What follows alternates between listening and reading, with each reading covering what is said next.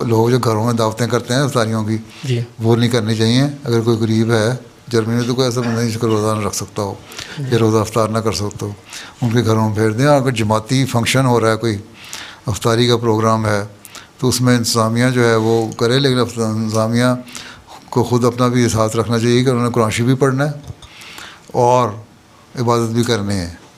ٹھیک ہے, اس کے ساتھ افطاری کی تیاری سادگی سے کر سکتے ہیں تو کر لیں.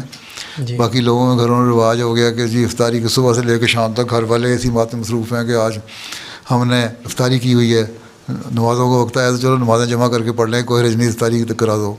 اور لوگ پھر اپنے پسند کے لوگ آ جاتے ہیں, اس میں دعوتیں ہوتی ہیں. اس سے میں نے منع کیا تھا.